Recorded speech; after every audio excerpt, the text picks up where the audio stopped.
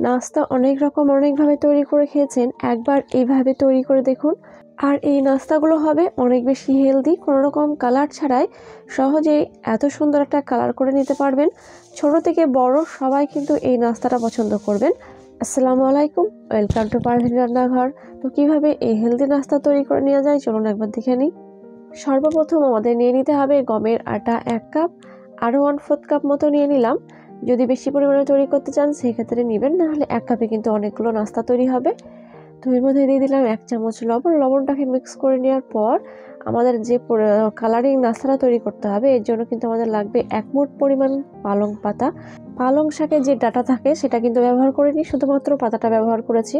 আর অবশ্যই পাতাগুলো খুব সুন্দর করে ধুয়ে নিতে হবে, এরপর মিক্সার জারে দিয়ে দিতে হবে। এবার আমি এর মধ্যে দিয়ে দিলাম 3 থেকে 4 চামচ মতো পানি। আর পানিটা দেওয়ার পর এটাকে সুন্দর করে ব্লেন্ড করে নিয়েছি। পালং শাকে একটু পানি ব্যবহার করলে দেখবেন স্মুথভাবে একটা পিউরি তৈরি হয়ে যাচ্ছে।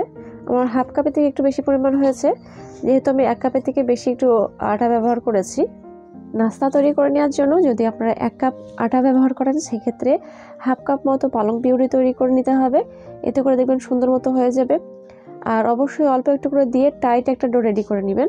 তো এই ডোটা আমার মেখে নেওয়া হয়ে গেছে, প্রায় আমি 10 মিনিট মতো সুন্দর করে মেখে নিয়েছি।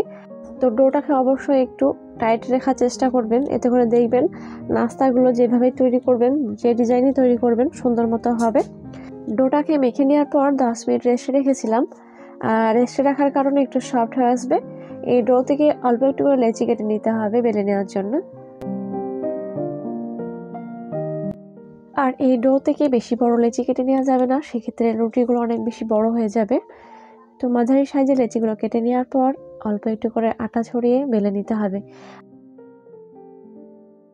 রুটিগুলোকে একটু পাতলা করে বেলে নিব, এতে করে কি হবে নাস্তাগুলো অনেক বেশি টেস্টি হবে। যদি মোটা করে বেলে থাকেন সেক্ষেত্রে নাস্তাগুলো কিন্তু মজার হবে না, তাই অবশ্যই পাতলা করে বেলে নেওয়ার চেষ্টা করবেন। মাঝারি সাইজে আমার একটা রুটি বেলে নেওয়া হয়ে গেছে। একটা পেন দিয়ে আমি এইভাবে একটু মড়িয়ে নিচ্ছি। পেনটা দিলে পরে কি হবে, মাঝখানটা কিন্তু ফাঁকা থেকে যাবে। মড়িয়ে নেওয়ার পর যে শেষের অংশটা থাকে সেটা একটু পানি দিয়ে সিল করে নিতে পারেন।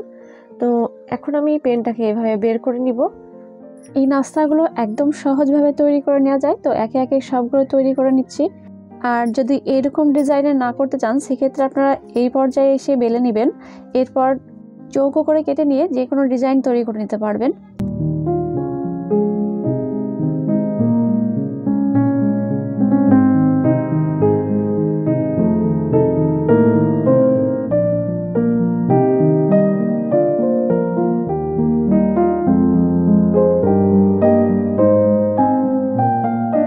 একে একে সব নাস্তাগুলো রেডি করে নেওয়া হয়ে গেছে। এখন আমাদের এগুলোকে সেদ্ধ করে নিতে হবে। সেদ্ধ করে নেওয়ার জন্য কড়াইয়ে পরিমাণ মতো পানি দিয়েছি। পানির মধ্যে দিয়ে দিতে হবে 1 চামচ মতো তেল। তেলটা একটু দেওয়ার পর সুন্দর মতো মিক্স করে নিতে হবে পানির মধ্যে।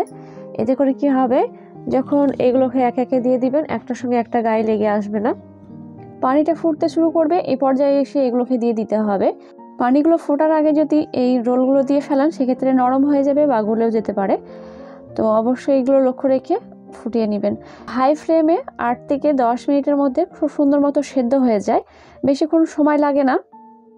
আর যখন সেদ্ধ হয়ে আসে তখন কিন্তু এর কালারটা অনেকটাই চেঞ্জ হয়ে যাবে। তাহলে আপনাদের বুঝে নিতে হবে এগুলো সেদ্ধ হয়ে গেছে। আর সবথেকে বড় উপায় বুঝে নেওয়া সেটা হচ্ছে এই পানির মধ্যে এগুলো ভাজতে শুরু করবে।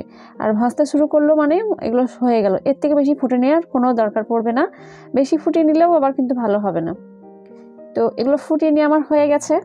এখন চুলার জাল অফ করে দিচ্ছি। এরপর গরম পানি থেকে একটা একটা করে তুলে একটা পাত্রে রেখে দিচ্ছি। 5 থেকে 6 মিনিট রেখে দিলে দেখবেন সুন্দর মতো ঠান্ডা হয়ে যাচ্ছে। বেশিক্ষণ সময় লাগে না ঠান্ডা হওয়ার। আর ঠান্ডা হয়ে আসলে এর মধ্যে আপনি পছন্দ মতো কেটে নিতে পারবেন। তো এই রোলটাকে একটু বাঁকা করে কেটে নিচ্ছি, এতে করে দেখতেও সৌন্দর্য লাগে। আর একটু পাতলা করে কেটে নিতে হবে। পাতলা করে কেটে নিলে কি হবে, যখন মশলা দিয়ে এটা রেডি করবেন দেখবেন অনেক সুন্দর টেস্টি হচ্ছে আর মশলাগুলো সুন্দর মতো লেগে যাচ্ছে। মোটা করে কেটে নিলে এগুলো কিন্তু আমার কাছে একটুও ভালো লাগে না। যদি আপনাদের মোটা পছন্দ হয় সেক্ষেত্রে কেটে নিতে পারেন। তো এই নাস্তাগুলো আমি একইভাবে সবগুলো কেটে নিচ্ছি। 1 কাপ আটায় কিন্তু অনেকগুলো নাস্তা তৈরি হয়। যদি আপনারা অল্প পরিমাণে তৈরি করতে চান সেক্ষেত্রে 1/2 কাপ আটা নিলে পরে কিন্তু অনেকগুলো নাস্তা তৈরি হবে।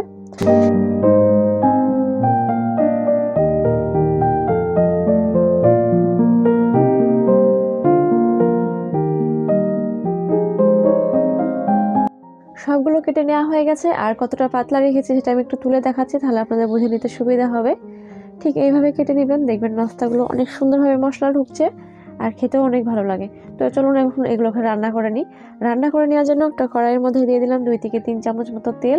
তেলটা যখন একটু গরম হয়ে আসবে তখন এর মধ্যে দিয়ে দিতে হবে একটা বড় সাইজের পেঁয়াজ কুচি। পেঁয়াজটাকে কয়েক সেকেন্ড ভেজে নেওয়ার পর এর মধ্যে দিয়ে দিতে হবে আদা রসুন গ্রেট করা 1 চামচ করে। যদি আপনারা আদা রসুন গ্রেট করা ব্যবহার না করেন সেক্ষেত্রে আদা রসুন পেস্ট ব্যবহার করতে পারবেন, তবে আদা রসুনের একটা সুন্দর ফ্লেভার থাকে গ্রেট করে ব্যবহার করলে পরে। আদা রসুন পেঁয়াজ কয়েক সেকেন্ড ভেজে নেওয়ার পর এর মধ্যে দিয়ে দিতে হবে টমেটো। 2টো বড় সাইজের টমেটো ব্যবহার করেছি। এই নাস্তাটা রেডি করলে অবশ্যই টমেটোটা একটু বেশি ব্যবহার করার চেষ্টা করবেন, এতে করে কি হয় মশলা এবং টমেটোর গ্রেভিটা অনেকটাই বেড়ে যায় আর নাস্তাটা কিন্তু সুন্দর মতো মিক্স হয়ে যায়।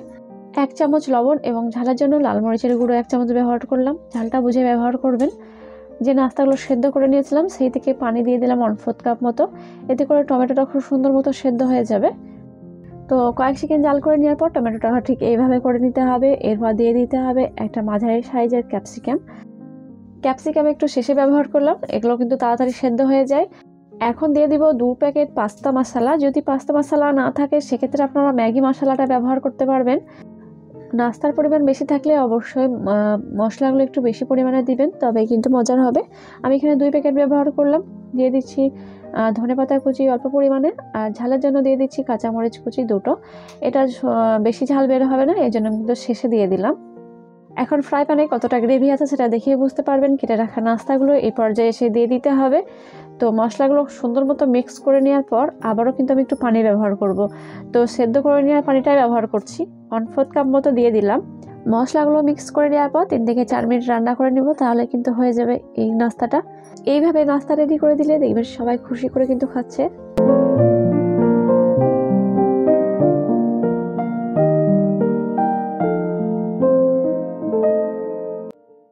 3 থেকে 4 মিনিট পর নাস্তাটা রেডি করে নেওয়া হয়েছে। এখন এটা খাওয়ার জন্য পুরোপুরি রেডি, আর কতটা গ্রেভি রেখেছি সেটা দেখে বুঝতে পারবেন। এর থেকে বেশি শুকিয়ে রান্না করবেন না, তাহলে কিন্তু ভালো লাগবে না খেতে। তাহলে আজকের রেসিপিটি আপনাদের কাছে কতটা ভালো লেগেছে অবশ্যই জানাবেন। ভালো লেগে থাকলে চ্যানেলটিকে সাবস্ক্রাইব করে পাশে থাকা বেল আইকনটি প্রেস করে নিতে ভুলবেন না পরবর্তী রেসিপি এমনই পাওয়ার জন্য। তাহলে আজকের মতো এখানে বিদায় নিচ্ছি, আবারও কোনো নতুন রেসিপি নিয়ে হাজির হব। ততক্ষণ পর্যন্ত সবাই অনেক বেশি ভালো থাকবেন, সুস্থ থাকবেন। আল্লাহ হাফেজ।